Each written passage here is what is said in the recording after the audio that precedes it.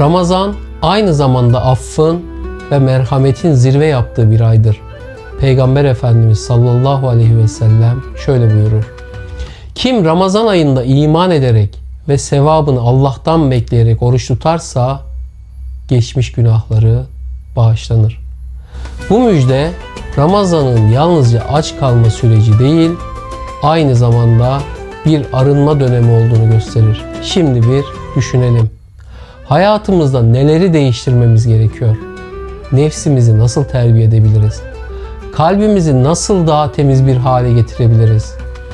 Ramazan ayı bize bu soruların cevaplarını bulmamız için muhteşem bir fırsat sunuyor. Karanlıkta yolunu kaybettiğini hisseden herkes için Ramazan ayı bir ışık gibidir. O ışığın peşinden gidin ve ruhunuzun en derin huzura kavuşmasını sağlayın.